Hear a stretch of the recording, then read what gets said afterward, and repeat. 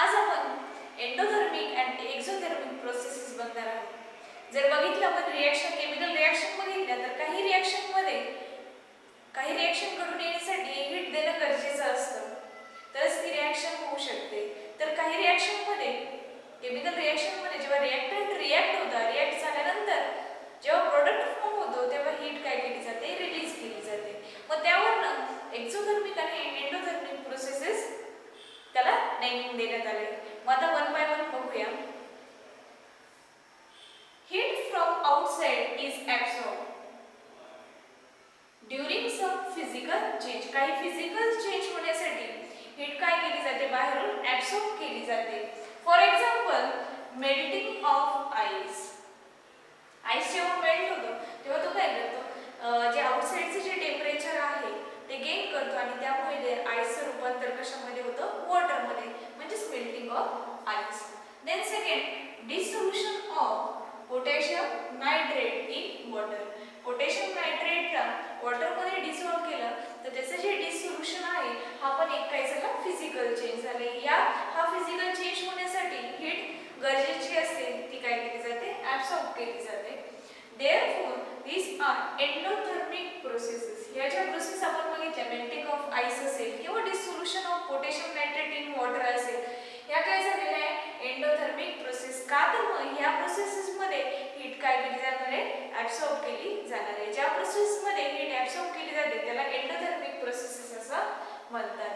Then next, heat is given away during some physical changes.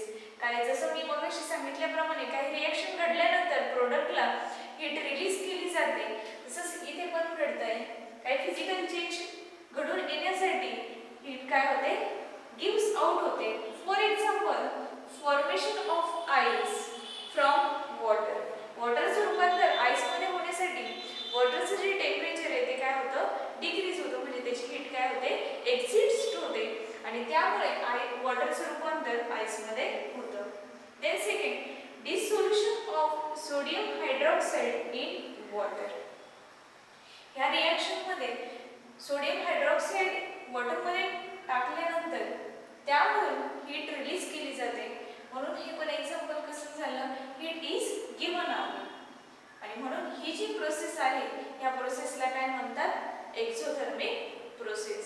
आता endothermic मधनच heat काय केली जाईल, इन म्हणजे आतमध्ये घेतली जाईल, म्हणून ही लक्षात ठेवणं सोपं आहे, एंडोथर्मिक प्रोसेस. आणि ही जी आहे ती आहे एक्झोथर्मिक. आता एक्झोथर्मिक लक्षात ठेवायचं असेल तर एक्झिस्ट म्हणजे काय, बाहेर जाणे. तसंच इथे एक्स वापरलाय म्हणून एक्सोवरनं लक्षात ठेवायचे की ज्या प्रोसेसमध्ये हीट काय केली जाते, रिलीज केली जाते किंवा गिव्हन आउट केली जाते त्या प्रोसेसला एक्झोथर्मिक प्रोसेस असं म्हणतात.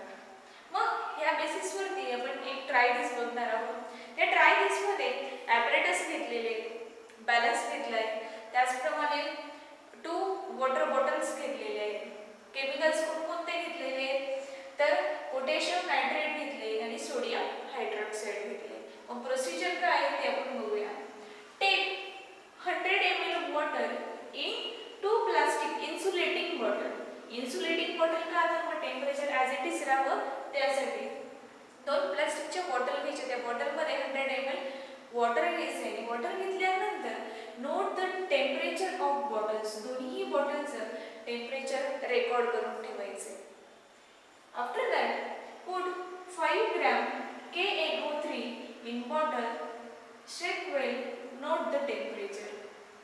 एका बॉटलमध्ये तुम्ही 5 ग्रॅम पोटॅशियम नायट्रेट म्हणजे KNO3 घेणार आहात, त्याला पूर्णपणे हलवणार आहात, मिक्स करणार आहात आणि त्यानंतर टेम्परेचर त्याचं त्या बॉटलचं रेकॉर्ड करणार आहात. Then third one, put 5 gram NaOH in another bottle. Shake well and note the temperature. दुसरी जी बॉटल आहे त्या बॉटलमध्ये 5 ग्रॅम सोडियम हायड्रॉक्साईड घेणार आहात, NaOH. त्याला शेक करणार, पुन्हा त्याचं पण टेम्परेचर रेकॉर्ड करणार. आता हे टेम्परेचर रेकॉर्ड केल्यानंतर असं दिसतंय, during dissolution of KNO3 in first bottle. पहिल्या बॉटलमध्ये जे पोटॅशियम नायट्रेट आहे त्याचे डिसोल्युशन होतं वॉटर सोबत आणि जेव्हा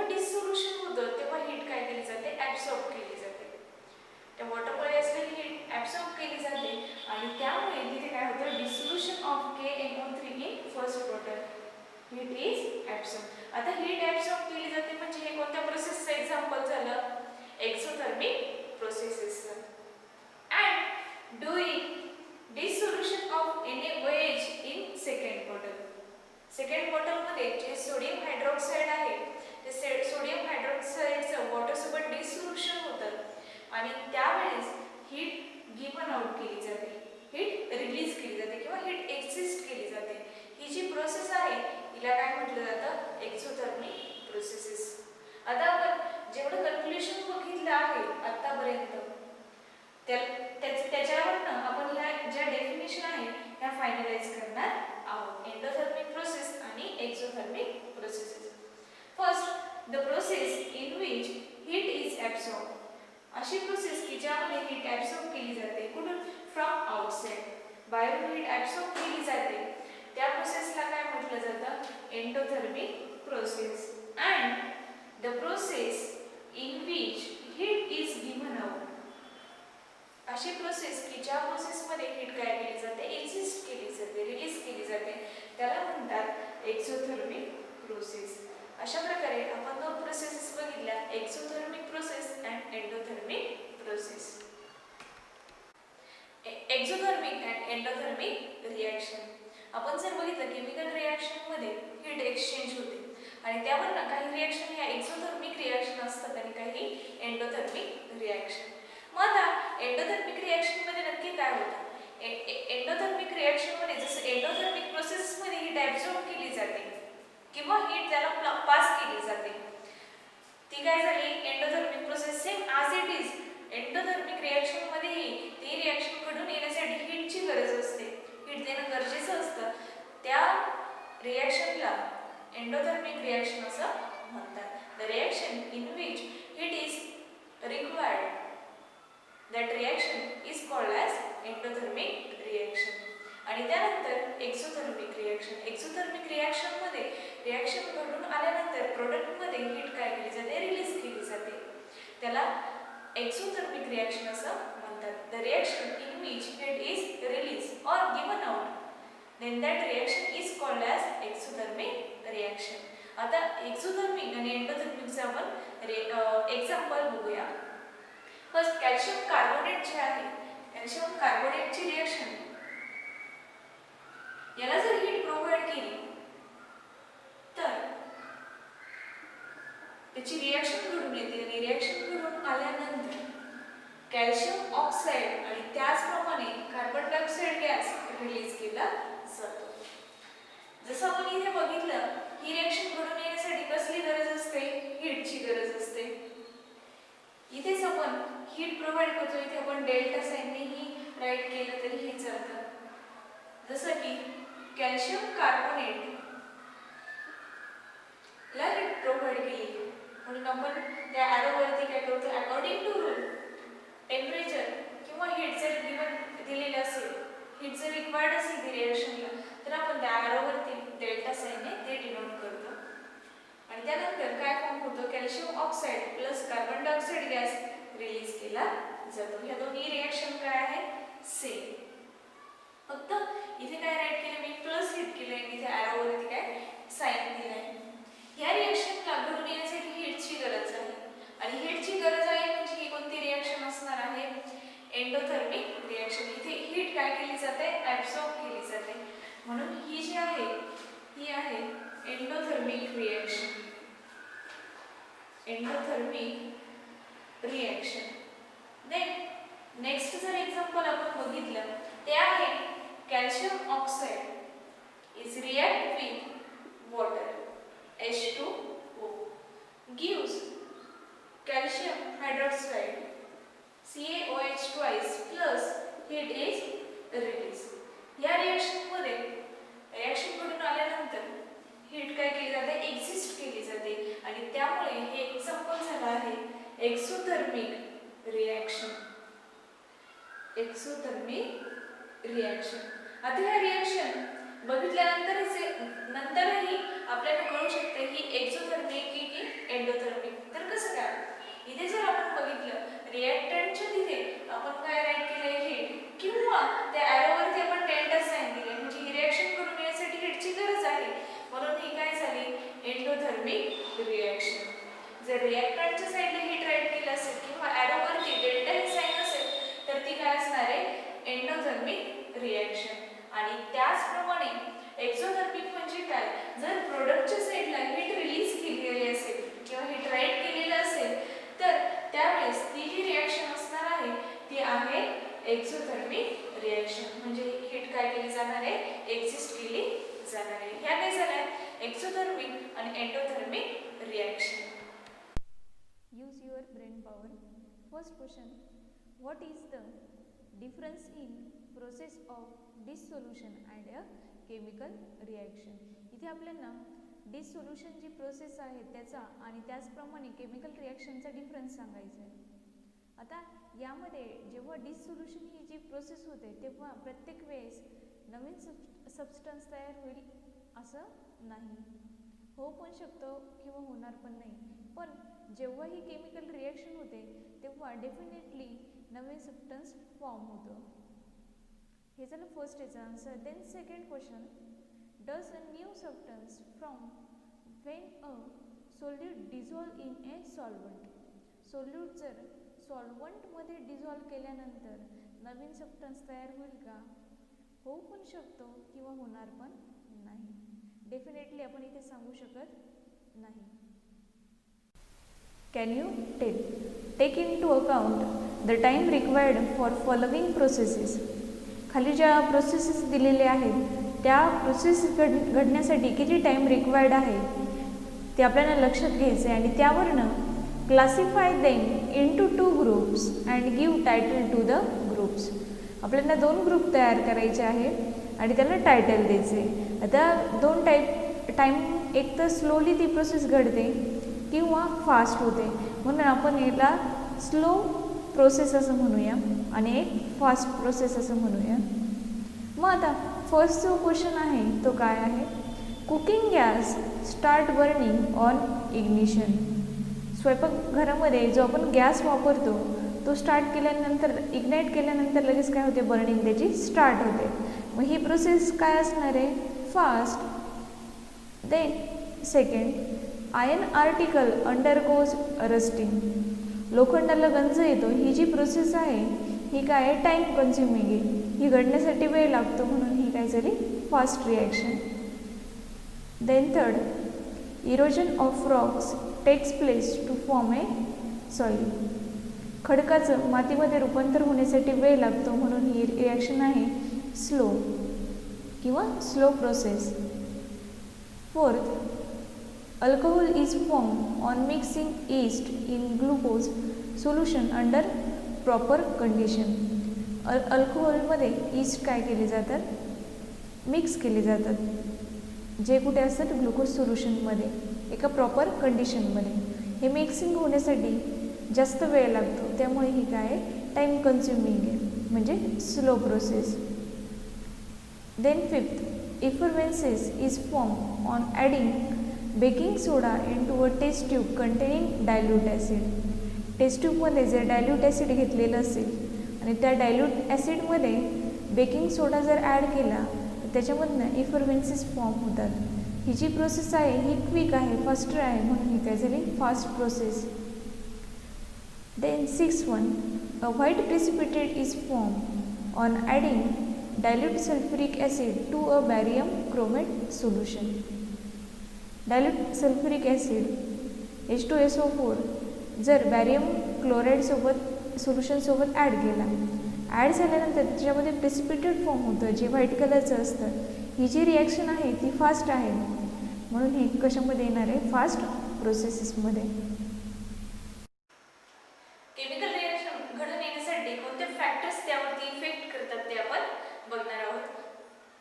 factors affecting the rate of chemical reaction. आपण जर बघितलं तर केमिकल रिॲक्शनचा जो रेट आहे तो डिफरंट आहे. प्रत्येक रिॲक्शन ही एका पर्टिक्युलर टाइम पिरियडमध्येच होईल असं नाही, सगळ्यांचा टाइम पिरियड हा सेमच असेल असं नाही. काही ज्या रिॲक्शन आहे त्या स्लो होतात आणि काही रिॲक्शन काय होतात फास्ट होतात. मग आता फॅक्टर्स बघूया. First, nature of reactant. रिॲक्टंटचं जे नेचर आहे ते अफेक्ट करतं. Then second, size of particles of reactant. Reactant जे आहे त्याचे पार्टिकलची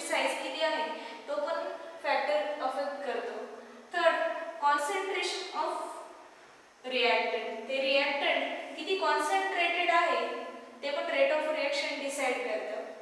fourth temperature and last catalyst. असे 5 फॅक्टर्स आहेत की जे रेट ऑफ रिएक्शन वरती अफेक्ट करतात. वन बाय वन आपण डिटेल मध्ये बघूया. फर्स्ट आहे nature of reactant. Nature of reactant, nature म्हणजे काय? रिएक्टिव्हिटी.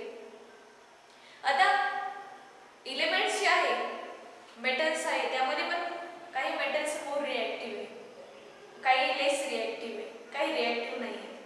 ही जी रिएक्टिव्हिटी आहे ती आपण मेटलर्जी या लेसन मध्ये बघणार आहोत. पण त्याआधी आपण एक एक्झाम्पल बघूया.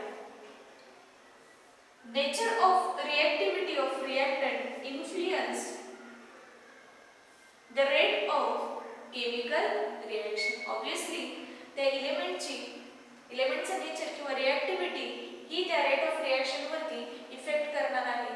For example aluminium and zinc react with dilute HCl.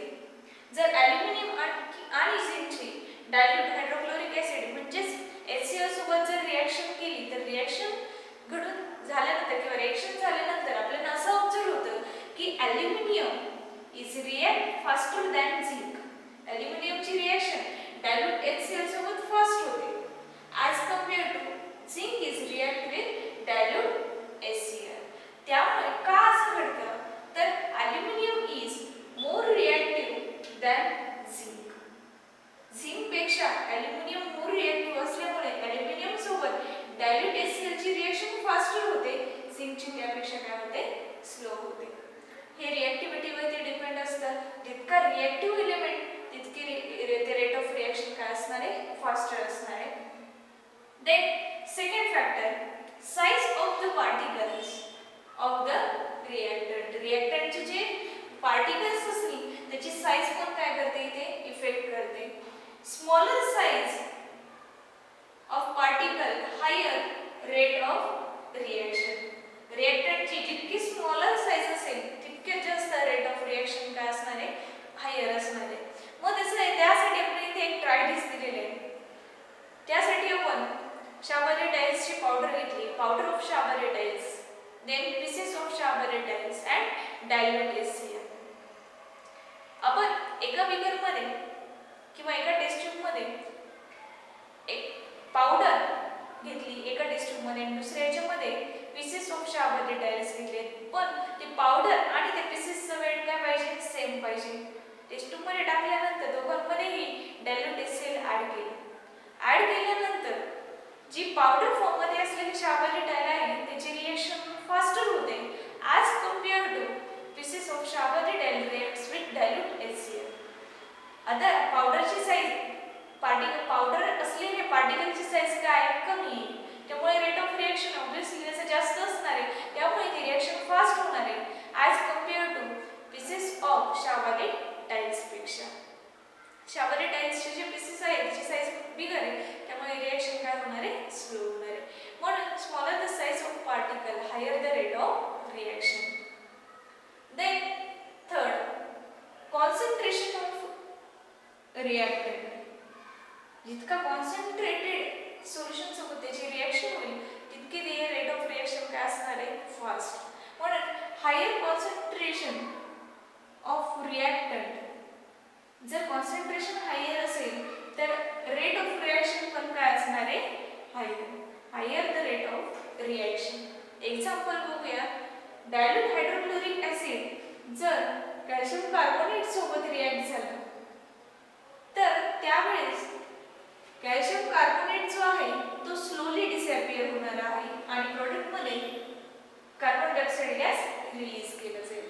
पण जर हायड्रोक्लोरिक कॉन्सन्ट्रेटेड हायड्रोक्लोरिक ऍसिडची जर रिएक्शन कॅल्शियम कार्बोनेट सोबत जर केली तर त्यावेळेस क्विकली CaCO3 काय होणार आहे? रिलीज होणार आहे. म्हणजे कॉन्सन्ट्रेटेड सोल्युशन सोबत रिएक्शन फास्ट होते आणि डायल्यूट सोबत ती रिएक्शन स्लो होते. Then fourth factor temperature. Higher the temperature higher the rate of reaction.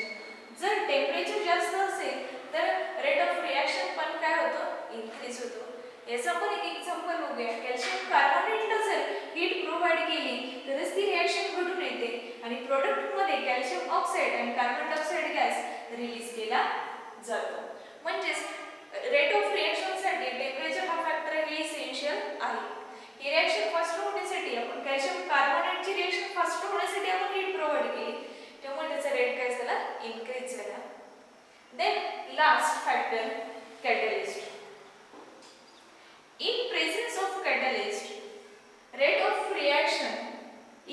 Higher.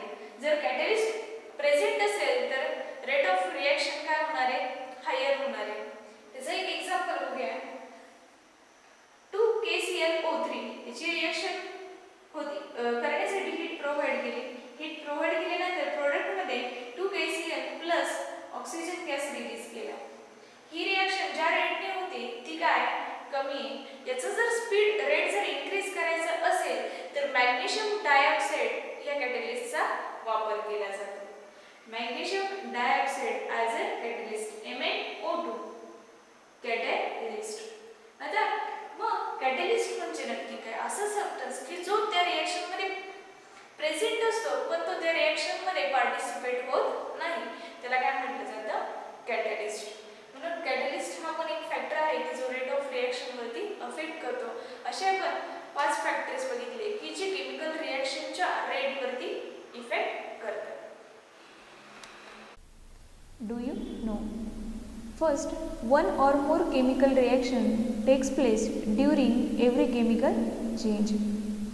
जेव्हा केमिकल चेंज होतं तेव्हा एक किंवा एकापेक्षा जास्त केमिकल रिॲक्शन घडून येऊ शकतात. Then second, some chemical reaction occur at fast speed whereas some occur at slow speed. प्रत्येक रिॲक्शनला लागणारा जो वेळ आहे तो सेमच असेल असं नाही. काही ज्या रिॲक्शन असतात त्या फास्ट होतात आणि काही रिॲक्शन असतात त्या स्लो होतात. Third, strong acid and strong base react instantaneously. जर ॲसिड स्ट्रॉंग असेल, ॲसिड किंवा बेस हे स्ट्रॉंग जर असेल तर ती रिॲक्शन काय होते, हाय स्पीडने होते, म्हणजे फास्ट स्पीडने होऊ शकते. Fourth, in our body enzymes increase the rate of physiological reactions. आपल्या बॉडीमध्ये जसं फॉर एक्झाम्पल स्टमकमध्ये वेगवेगळ्या प्रकारचे एन्झाईम्स आहेत ते आपल्या डायजेशन सिस्टीमला किंवा डायजेशन होण्यासाठी मदत करत असतात. त्यामुळे त्याचा रेट जो आहे त्या रिॲक्शनचा तो काय होतो, इन्क्रीज होतो. Fifth, perishable food stuff get preserved longer in refrigerator. The rate of decomposition of food stuff get lower due to the low temperature and its freshness is maintained. जे पदार्थ कमी टेम्परेचरमध्ये जास्त वेळ राहू शकतात ते रेफ्रिजरेटरमध्ये ठेवले जातात. का तर मग त्याची जी डिकम्पोजिशन आहे ते लो टेम्परेचरला एकदम स्लोली ती प्रोसेस होत जाते. त्यामुळे एका ठराविक काळापर्यंत त्याचा फ्रेशनेस मेंटेन असतो. 6. Vegetables cook quickly on oil rather than on water. Vegetable जे आहेत ते ऑइलमध्ये लवकर कुक होतात पाण्यापेक्षा. Then 7. The chemical reaction are profitable in chemical factories if their rate is fast. Chemical फॅक्टरीजमध्ये जे केमिकल प्रोडक्ट बनवले जातात तिथे रेट ऑफ रिॲक्शन फास्ट असणं इसेन्शियल आहे, तरच ती केमिकल रिॲक्शन काय असणार आहे, प्रॉफिटेबल असणार आहे. का तर मग प्रोडक्शन करायचं असेल लार्ज अमाऊंटमध्ये तर रिॲक्शन फास्ट असेल तरच प्रोडक्शन फास्ट होऊ शकतं. 8. The rate of chemical reaction is important for environmental point of view as well. Rate of reaction ती फास्ट आहे की स्लो आहे. फास्ट असेल तर त्याचं एन्व्हायरमेंटवरती कोणत्याही प्रकारचा साईड इफेक्ट होत नाही ना याचा विचार करणं फार गरजेचं आहे. 9. The ozone layer in earth atmosphere protect the life on earth from the ultraviolet radiation of sun. Ozone layer earth ॲटमॉस्फिअरला काय करतो आहे, प्रोटेक्ट करतो आहे. कशापासून, अल्ट्राव्हायोलेट रेजपासून, ज्या सनपासून काय केल्या जातात, रेडिएट केल्या जातात.